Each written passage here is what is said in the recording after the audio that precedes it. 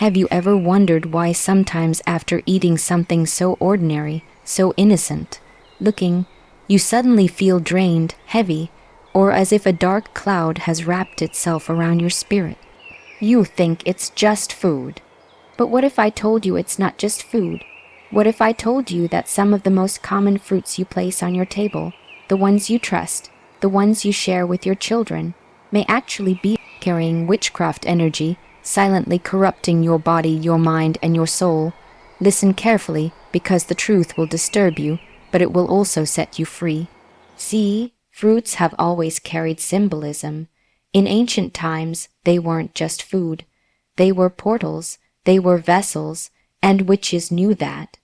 They understood that the easiest way to reach inside of you, to weaken you from within, wasn't always through curses shouted in the night or strange rituals done in the shadows.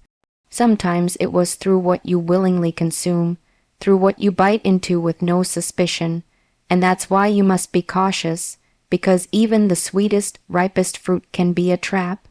There are 5 fruits in particular that carry a history, a reputation, and an energy so contaminated that if you aren't spiritually awake, you will fall prey to them.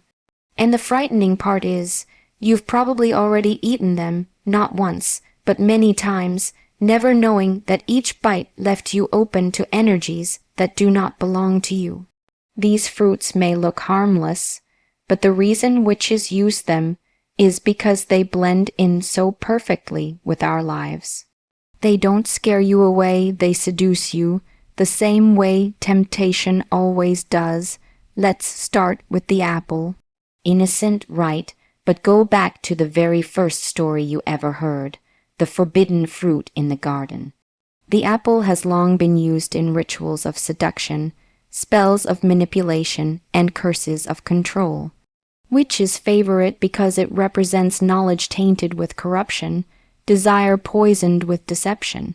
And you thought it was just an apple. Every time you eat it without prayer, without discernment, you open yourself to a subtle pull, a whisper that doesn't belong to you. Then there's the pomegranate, beautiful, exotic, bursting with seeds of red like drops of blood. In countless rituals, witches use pomegranate as a symbol of entrapment, binding spirits and chaining destinies. It's a fruit that looks alive, but spiritually, it feeds on your energy. Have you noticed how some foods make you feel alive, while others make you strangely restless? That's not your imagination. The pomegranate has been used to tie souls to darkness for centuries, and yet most people consume it thinking it's just another fruit filled with antioxidants. Bananas, soft and inviting, are not exempt. In many dark practices, bananas have been cursed to bring confusion and foolishness into the mind. They're often used in rituals designed to cloud judgment, weaken focus, and make people lose discipline. Think about it. The mind is a battlefield, and what better way to sabotage you than by attacking your clarity? It's not about the fruit itself. It's about the energy transferred into it. When consumed under the wrong influence, it becomes a weapon against your willpower. Grapes are next, so small, so sweet, yet so dangerous. In occult practices, grapes are used in rituals of drunkenness, excess, and loss of control. They are symbols of indulgence, of being led astray by pleasure, until you no longer stand in control of yourself. Witches know that if they can pull you into excess, whether through desire, greed, or addiction, they've won. And grapes, though innocent on the surface, are often infused with that exact energy. They lull you into thinking it's harmless, but spiritually, they can open doors that are hard to close. And finally, the orange, bright, cheerful, refreshing. But don't be deceived. Oranges have long been used in rituals to manipulate emotions. They can carry spells that make you doubt your instincts, that make you trust the wrong people, that blind you to betrayal until it's too late. That vibrant citrus smell, so inviting, has been used to mask the presence of darker forces. When taken in without discernment, the orange doesn't just quench your thirst, it slowly weakens your emotional defenses. Now I am not here to tell you to live in fear of fruit. I am here to tell you to wake up, because nothing in this world is neutral. Witches know that. They use the ordinary to disguise the extraordinary, the everyday to conceal the dangerous. What I want you to understand is that before you eat, you must pray. Before you consume, you must discern. Because the enemy doesn't always come with claws and fire, sometimes it comes with sweetness, freshness, and a shine that blinds you from its true nature. Have you ever noticed how the things that seem the most harmless are often the ones that catch us off guard? We're trained to fear what looks dangerous, to stay away from the things that scream threat. But what about the things that don't? What about the things that look ordinary, safe, and even good for you? That's where the real danger hides, because the truth is, nothing is ever as innocent as it looks. The enemy, darkness, witchcraft, whatever name you want to give it, doesn't come to you dressed in red with horns and fire. It comes disguised as something you'd never question, something you'd welcome into your home, into your body, into your life. And what's more common and trusted than food? That's why fruits are so powerful as vessels. They don't raise suspicion. Nobody looks at a shiny apple or a sweet bunch of grapes and thinks twice. You just eat. You give it to your children. You serve it to your guests. But that's exactly how witchcraft works, through disguise, through deception. The ordinary becomes the carrier of the extraordinary. You see, when you look at something and think it's safe, you don't guard yourself. You don't pray over it, you don't question it, you consume it mindlessly, and that's when you're most vulnerable, when your defenses are down. Think about it. How many times in your life have you been caught off guard, not by an obvious threat, but by something you didn't see coming? Betrayal doesn't come from strangers on the street. It comes from those you trusted most. Attacks on your spirit rarely come from places you're watching closely.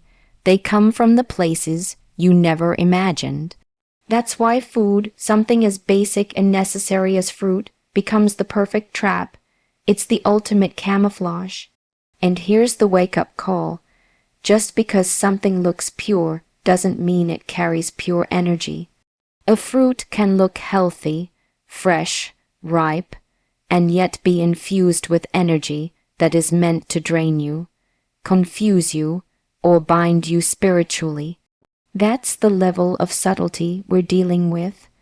That's how witchcraft seeps into your life, not through fear, but through trust. And once it's in, it doesn't just affect your body. It plays with your mind, your mood, your focus, your energy. So the lesson is simple but powerful. Don't be deceived by appearances. Nothing is ever as innocent as it looks. The moment you let your guard down is the moment you open the door to what was hidden beneath the surface. And if you don't train yourself to look deeper, to discern, you'll never know what you're truly inviting in. And then there's the pomegranate, a fruit that on the outside looks like a treasure, like a symbol of abundance, beauty, and life itself. You break it open and see those seeds, red as blood, shining like jewels, and you think it's something nourishing, something powerful for your body. But what you don't realize is that this very fruit has been used for centuries as a weapon in the spiritual world. Witches understand its symbolism, its appearance, its deceptive beauty. The pomegranate is not just food. It is a tool, a vessel of entrapment, a binding force meant to lock people into chains they cannot see. Think about its seeds, hundreds of them, spilling out when the fruit is torn apart. Each seed has been used in rituals to represent fragments of the soul, fragments of a life divided and scattered, then trapped and held hostage. It is the fruit of entrapment, of binding destinies, of keeping you tied to something that drains you. This is why in so many ancient stories, the pomegranate was associated with the underworld, with chains that you cannot break, with doors that once opened are nearly impossible to close. And yet here we are, casually eating it, casually drinking its juice, never questioning what energy it might carry. You have to understand, the most dangerous traps are the ones you walk into willingly. The pomegranate doesn't scare you away. It lures you in with its beauty, its richness, its promise of health. But in the hands of darkness, it becomes the perfect bait. It whispers to your spirit without you even realizing it, weakening your will, making you restless, keeping you bound to cycles that you can't seem to escape. Have you ever felt stuck, like no matter how hard you try, you can't move forward, as if invisible ropes are holding you down? Sometimes that energy isn't just circumstance, it's something you consumed, something that was attached to what you let inside your body. This is why awareness is so critical, because once you understand that the pomegranate is not just a fruit, but a spiritual symbol of bondage, you can no longer eat it blindly. You have to guard yourself, you have to protect your energy, you have to pray over what goes into your body. Otherwise, you're not just eating seeds. You're eating the chains that someone else wants to lock around your life. And then there's the banana, a fruit so simple, so common, so easy to overlook that you wouldn't think twice about it. It's everywhere, on breakfast tables, in lunch boxes, handed to children as a quick snack. But here's what most people don't know. In the hands of those who practice witchcraft, bananas have been used as instruments of confusion, carriers of energy that scatter the mind, weaken focus, and steal discipline, and that's what makes it so dangerous. It doesn't attack your body first, it attacks your clarity. Think about it, the mind is the battlefield. If your thoughts are sharp, if your focus is strong, you can overcome almost anything. But if your mind is clouded, if your judgment is blurred, if you can't hold on to discipline, you become easy to manipulate. And that's exactly what dark energy wants, to make you lose control, to make you second, guess yourself, to keep you in a fog where you can't see the truth clearly. That's the silent power hidden in something as ordinary as a banana. Have you ever experienced that feeling where you're suddenly forgetful, restless, or unable to focus, as if your energy has been scattered in 100 different directions? Most people dismiss it as stress, as fatigue, as just one of those days. But what if that fog didn't come from your circumstances? What if it came from something you consumed, something that was meant to blur the sharpness of your mind? That's how witchcraft operates, not through obvious destruction, but through subtle disruption. Not by tearing down the walls all at once, but by loosening one brick at a time until your defenses collapse. The banana looks innocent, it looks nourishing, but energy is transferable, and when it's cursed, when it's infused with intent, it carries that confusion into your system. And suddenly, you're off balance. Suddenly, you don't have the same discipline you once had. Suddenly, the sharp edge of your mind feels dull. That's not coincidence, that's influence, that's infiltration. You have to guard your mind because it is the control center of your life. And if the enemy can use something as simple as fruit to weaken your clarity, then you must be twice as vigilant in what you allow in. Because once your focus is gone, once your judgment is clouded, everything else begins to crumble with it. And then we come to grapes. So small, so sweet, so seemingly harmless that people pile them into bowls at family gatherings, toss them into children's lunches, crush them into wine, and never think twice. But that's the trick of deception. It hides in the ordinary. It hides in what feels good, what feels safe, what feels indulgent. Grapes have long been symbols of pleasure, of excess, of surrendering control. And in witchcraft, they are often used to channel exactly that energy, to seduce you into losing balance, to pull you into indulgence, to push you toward addiction or dependency. Grapes are the fruit of excess, the fruit of surrendering to what feels good until you no longer realize you've lost control. Think about the symbolism of grapes. From the ancient world until now, they've been tied to wine, to celebration, to intoxication. But what is intoxication really? It's not just a drink. It's the surrender of your will. It's the weakening of your awareness. It's the opening of a door where you no longer see things clearly. That's why witches use grapes in their rituals. They understand that if they can weaken your control, if they can amplify your appetite for excess, then they can manipulate you without you even knowing it.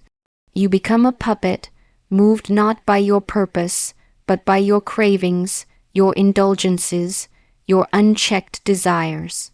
Have you ever noticed how easy it is to go from just one to just a few more, until suddenly you've lost track? Grapes are the perfect metaphor for that slippery slope. One handful turns into two, two into three, and before you know it, you've indulged far more than you intended. That's not just about food, that's about life. That's about how excess creeps in unnoticed, how indulgence builds slowly until it takes control of you. And that's why grapes have been tied to witchcraft. They are not just fruit, they are a symbol, a reminder that losing control rarely happens in one dramatic moment. It happens step by step, handful by handful, sip by sip, until you no longer recognize yourself. Now imagine that fruit being cursed, charged with intent, used as a spiritual weapon. Every bite carries energy designed not to satisfy, but to weaken. Every handful dulls your resistance, not just physically, but spiritually. Suddenly you're restless. Suddenly you crave more of anything, not just grapes, more food, more drink, more distraction. That's how the cycle of indulgence begins. It's not just your appetite being manipulated. It's your willpower, your discipline, your sense of balance. And when those collapse, you become vulnerable to whatever influence wants to step in. This is why indulgence is so dangerous. Because when you give in, when you allow yourself to be consumed by cravings, you hand over the keys to your own life. And the enemy knows this. That's why grapes, such a simple fruit, are used as instruments in rituals that encourage excess. They represent not nourishment, but surrender. They symbolize not strength, but weakness. They are reminders that what feels good in the moment can often chain you in the long run. Have you ever wondered why certain foods, certain drinks, certain habits feel almost addictive? Why you can't stop at one? Why you keep going even when you know you should stop? That's not just lack of self-control. That's energy feeding on you, energy pulling you deeper into indulgence.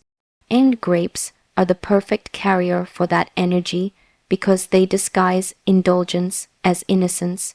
Who's going to question a fruit? Who's going to look twice at a bunch of grapes? That's why they're so effective, because they lower your guard while raising your appetite. And the truth is, indulgence isn't just about food. It's about your life. Grapes are symbolic of every temptation that feels sweet at first, but consumes you in the end. They represent those relationships you keep going back to, even though you know they're toxic. They represent the distractions you can't let go of, the habits that eat away at your time, your focus, your purpose. Grapes remind us that losing control never feels dangerous at the start. It feels sweet, it feels safe, it feels small. But it grows, it multiplies, it builds until you're no longer in charge. That's why you must approach even the simplest things with awareness. Because the enemy doesn't come to take everything from you at once. It comes to weaken you little by little, handful by handful, until your defenses are gone. And grapes are the perfect example of how subtle that process can be. You eat them, you enjoy them, you trust them, never realizing that spiritually they can represent the very indulgence that keeps you bound. So ask yourself, where in your life have you allowed excess to creep in? Where have you convinced yourself it's harmless, it's small, it's not a big deal?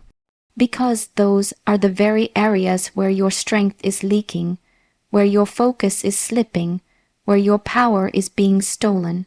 And just like grapes, it's rarely about the fruit itself.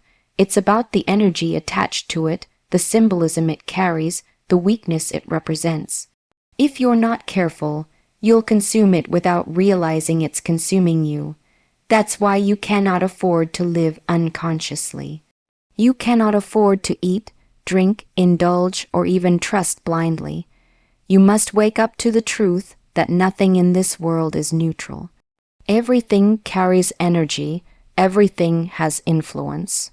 And if something as small as a grape can symbolize indulgence, if something as sweet as a fruit can be used as a weapon of witchcraft, then how much more vigilant should you be with the things you allow into your body, your mind, your spirit, because once indulgence owns you, once excess controls you, you're no longer leading your life, you're being led.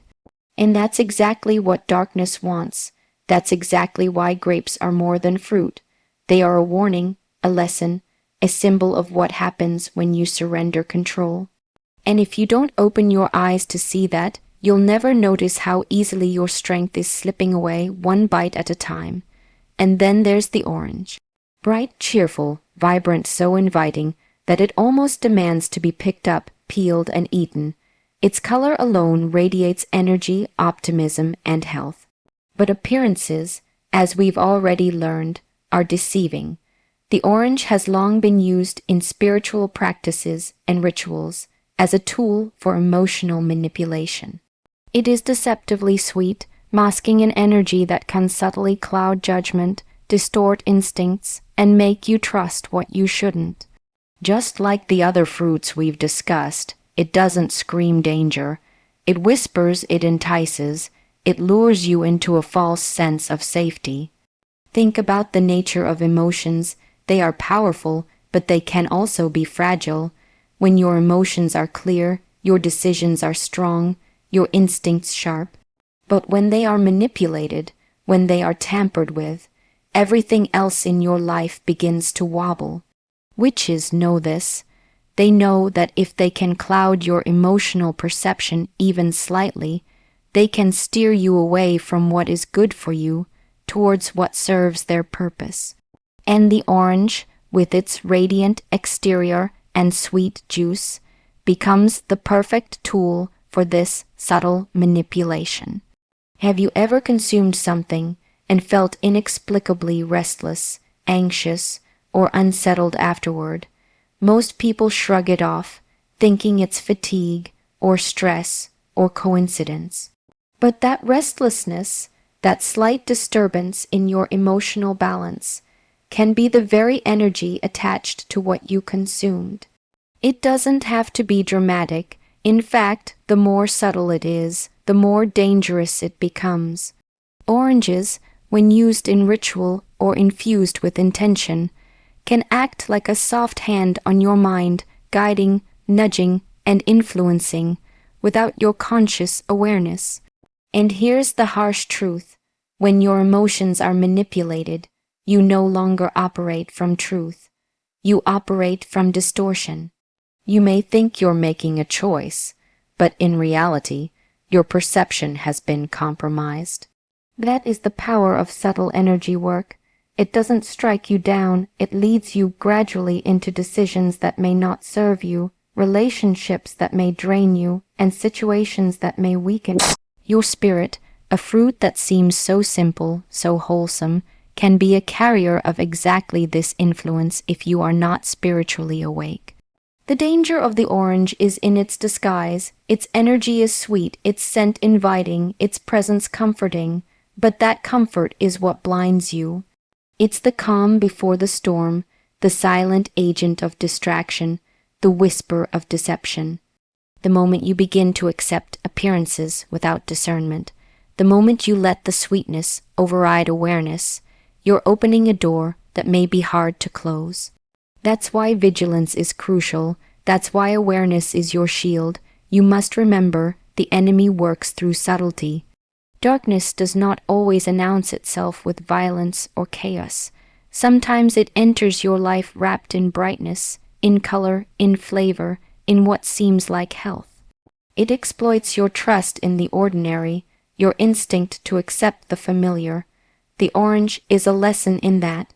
It teaches you that even joy, even vibrancy, even nourishment can carry influence if you're not guarding your spirit. And so, as with every fruit we've discussed, the lesson is the same. Discernment is not optional. Awareness is not optional. Prayer is not optional, because the moment you consume blindly, you not only take in nourishment, you take in energy, intention, and influence. And in the spiritual realm, what you consume shapes who you are. The orange is a reminder that sweetness can deceive, that brightness can blind, and that even something as innocent as fruit can carry weighty consequences for your mind, your emotions, and your soul. And this brings us to a truth that cannot be ignored. Witchcraft does not always announce itself with fire or shadow. It moves through the ordinary, the everyday, the things you think are safe, familiar, or even helpful. The enemy works through subtlety. That's why so many people are unaware of how easily they've been influenced. You see, the world is full of distractions, full of seemingly innocent objects and routines that carry energy, some good, some bad. And when it comes to witchcraft, the most effective tools are the ones that appear ordinary, because ordinary lowers your defenses. Ordinary invites trust. Ordinary doesn't make you pray before you touch it. Ordinary lulls you into a false sense of security. Fruits of all things are a perfect example. They are ordinary, they are natural, they are meant to nourish. And yet, in the hands of those who understand energy, they become instruments. They become carriers, conduits, vessels through which influence can be transferred. The apple, the pomegranate, the banana, the grapes, the orange, they are all ordinary, and ordinary is exactly why they are so dangerous. When you are not vigilant, when you are not aware, ordinary becomes extraordinary in the hands of darkness. Think about it. How many times have you underestimated something just because it looked harmless? How many times have you trusted a situation, a person, or even a simple object because nothing about it screamed danger? That's how the enemy operates, not through terror, not through force, but through invisibility, through blending in, through pretending to be what you already trust.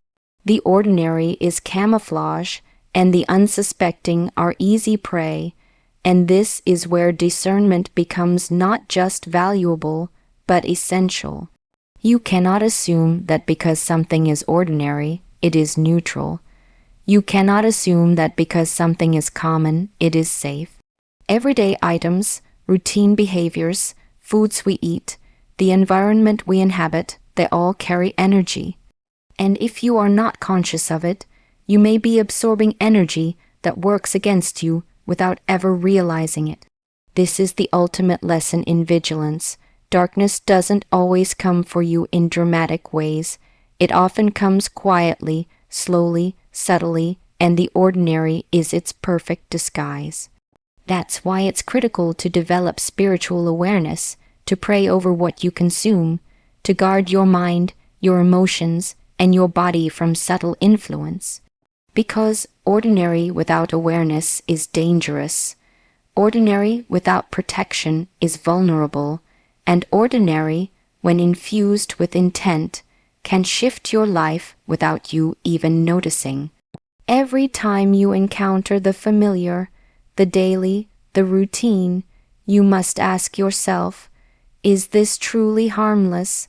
Is this neutral? Or is there unseen energy attached to it that could influence me? That level of awareness is what separates those who are spiritually strong from those who are easily manipulated. Ordinary is not safe. Ordinary is not neutral.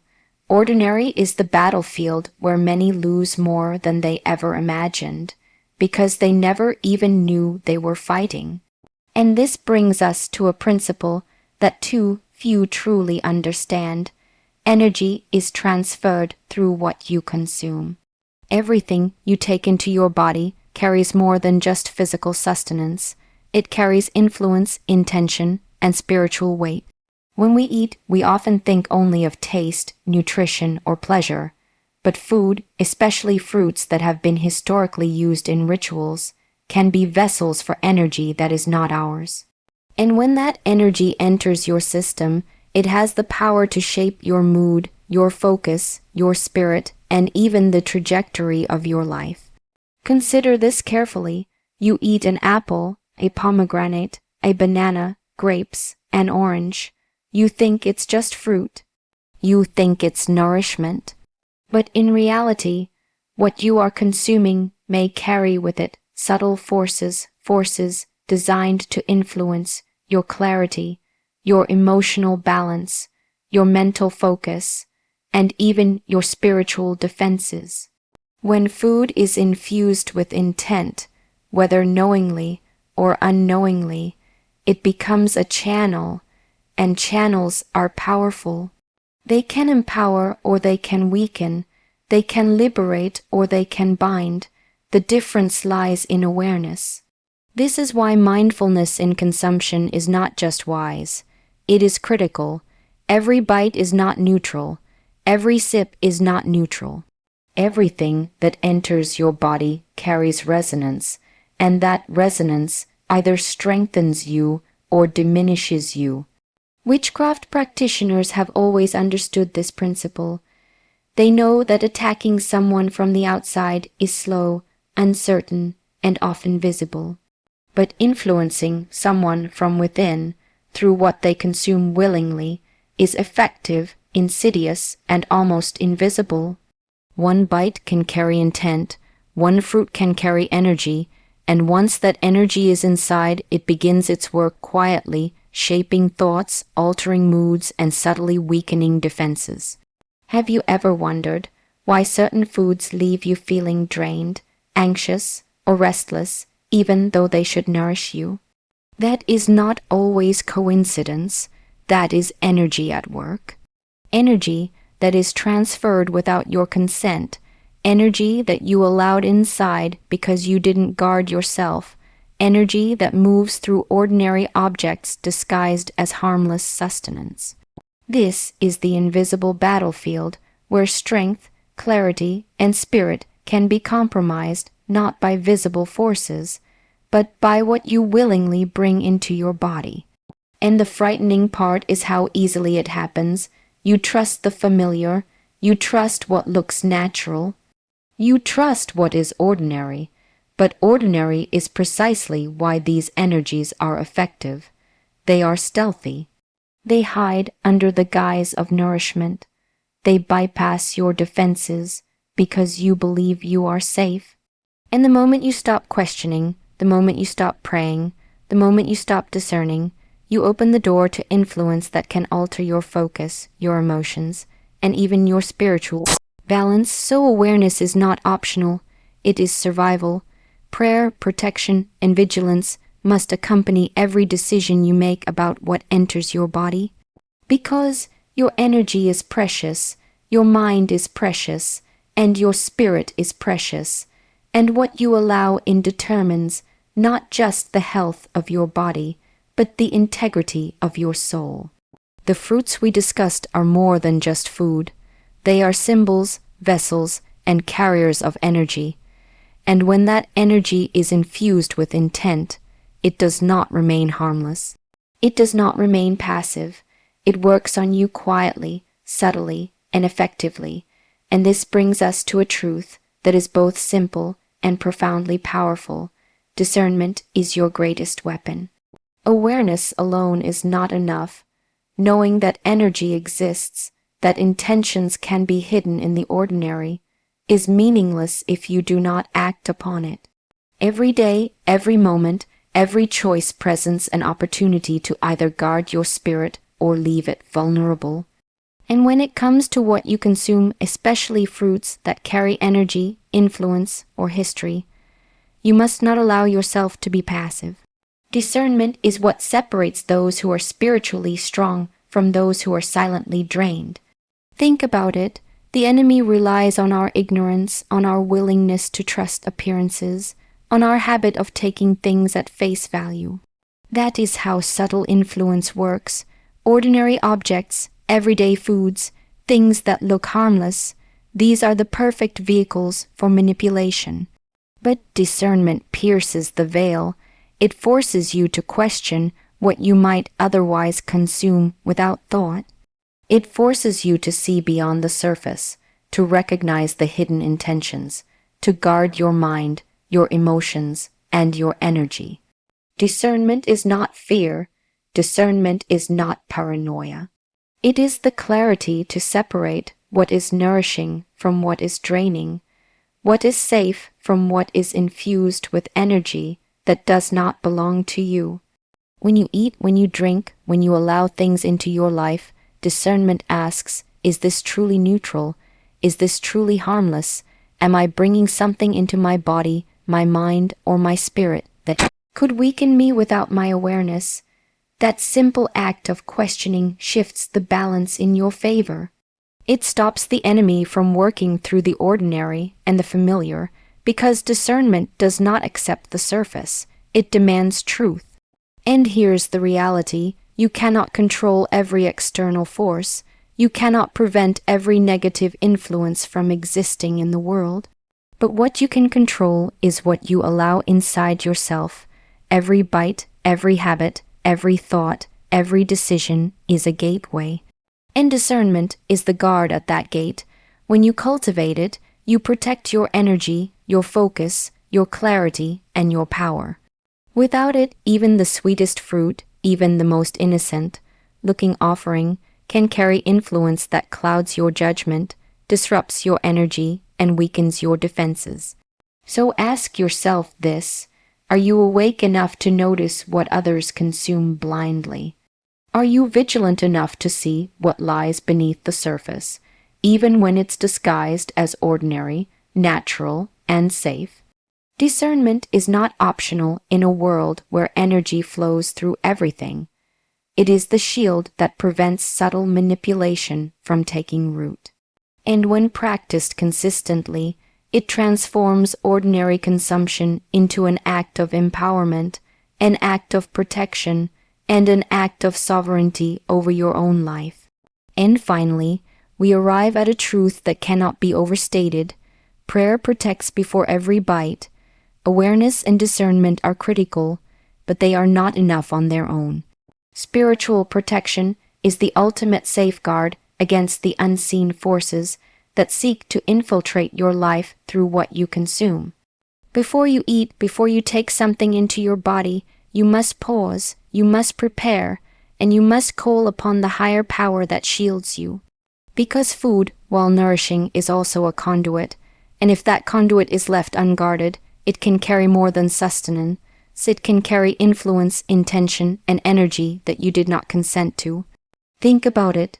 How many times have you acted without awareness, without questioning, without prayer, and later felt drained, restless, or off balance? That is not coincidence. Energy moves through everything, and without protection, it can enter your system unnoticed. Prayer is not just words. Prayer is a declaration. It is a shield. It is an active step that says, what I consume today will strengthen me. No energy that does not belong to me will influence my mind, my body, or my spirit. That is the power of preparation. That is the power of intentionality. When you pray before you eat, you are not practicing superstition. You are exercising sovereignty. You are reclaiming control over your own body and spirit, You are saying that you will not be a passive vessel for influence, that you will not be an unwitting participant in forces that seek to manipulate or weaken you. Prayer transforms an ordinary act, something as simple as eating fruit, into an act of empowerment, an act of protection, an act of spiritual discipline. And the beauty of this is that prayer is simple but profoundly effective. You don't need ceremony. You don't need ritual. You don't need elaborate incantations. You simply acknowledge the power that surrounds you, the protection that is available to you, and you consciously place what you are about to consume under that shield. It's a small act that creates an unbreakable boundary. It is the difference between vulnerability and strength, between unconscious consumption and empowered nourishment. Remember, everything we've discussed, the apple, the pomegranate, the banana, the grapes, the orange, is powerful not only because of its physical form, but because of the energy it can carry. Awareness, discernment, and protection are your tools. Prayer is the armor. When you combine them, you are no longer vulnerable. You are awake. You are vigilant. You are sovereign. You are taking back what is yours, your energy, your clarity, your focus, and your life. Every bite becomes intentional. Every meal becomes an act of mindfulness. Every fruit you consume is no longer ordinary. It is a test of your awareness, a measure of your discipline, and an opportunity to exercise your power. And that is the difference between being drained by subtle influences and being strengthened by your own choices. That is the difference between living passively and living deliberately. That is the difference between surrendering to forces you cannot see and standing fully in the authority of your spirit. When you internalize this, when you make it a habit, nothing in the ordinary world can surprise you. You walk through life awake, aware, and protected.